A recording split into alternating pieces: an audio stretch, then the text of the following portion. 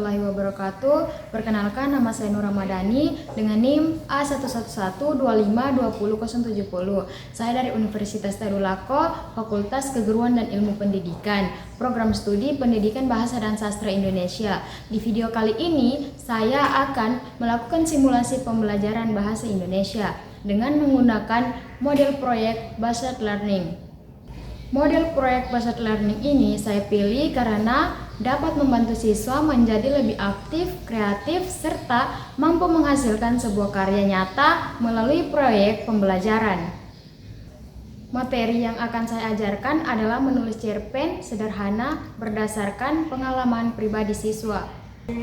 Setelah mengikuti pembelajaran, siswa diharapkan mampu yang pertama memahami struktur cerpen, dan yang kedua, menentukan ide cerita dari pengalaman pribadi. Dan yang ketiga, menulis cerpen sederhana dengan bahasa yang baik. Dan yang keempat, menyajikan hasil karya dalam bentuk proyek.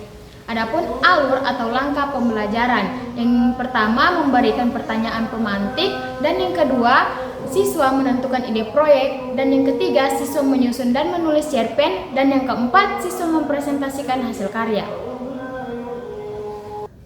Assalamualaikum warahmatullahi wabarakatuh. Waalaikumsalam warahmatullahi wabarakatuh. Apa kabar kalian semua? Baik, Ibu. Baik, sebelum kita memulai pembelajarannya, marilah kita berdoa. Titi Alvita dipersilakan untuk memimpin doanya. Baik, Ibu.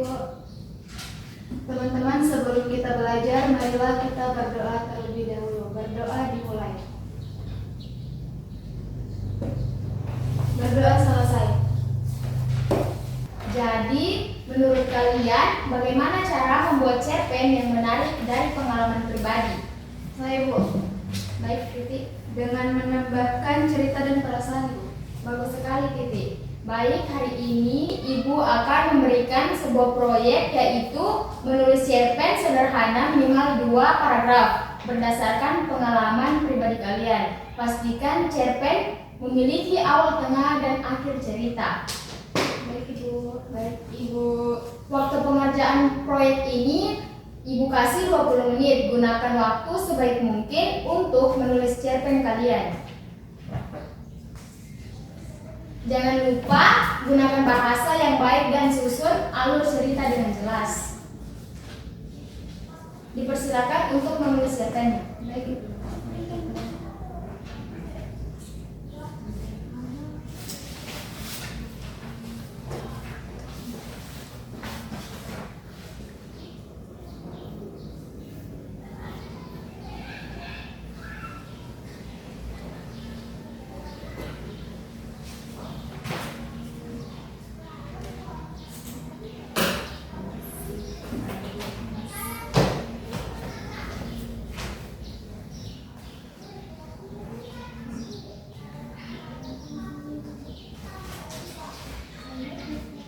Baik, siapa yang sudah habis menuliskan cerpennya? Saya, Ibu. Baik, saya Dita Ramadhani untuk dipersilakan untuk membacakan cerpennya. Jadi, saya akan membacakan cerpen singkat yang berjudul Semua Masih Tentangmu. Pagi hari adalah tentang bagaimana cara matahari masuk ke celah jendela. Persis seperti cara dia dulu membangunku dengan suara rendahnya itu. Siang hari adalah tentang keramaian orang yang terasa sunyi. Karena suara rawa, dia tidak lagi menjadi latar belakang kegaduhan itu. Malam hari adalah saat paling berbahaya. Di saat itulah aku sering kali kalah terjatuh kembali ke dalam lubang yang sama. Sebuah pangkuan, aku lelah tulis namamu di sudut kertas yang basah. Lelah karena setiap lagu yang kudengar lagu favoritmu. Setiap jalan yang kutempuh dan setiap wajah asing yang kutemui selalu berujung pada satu kesimpulan. Aku masih mencarimu di mana-mana.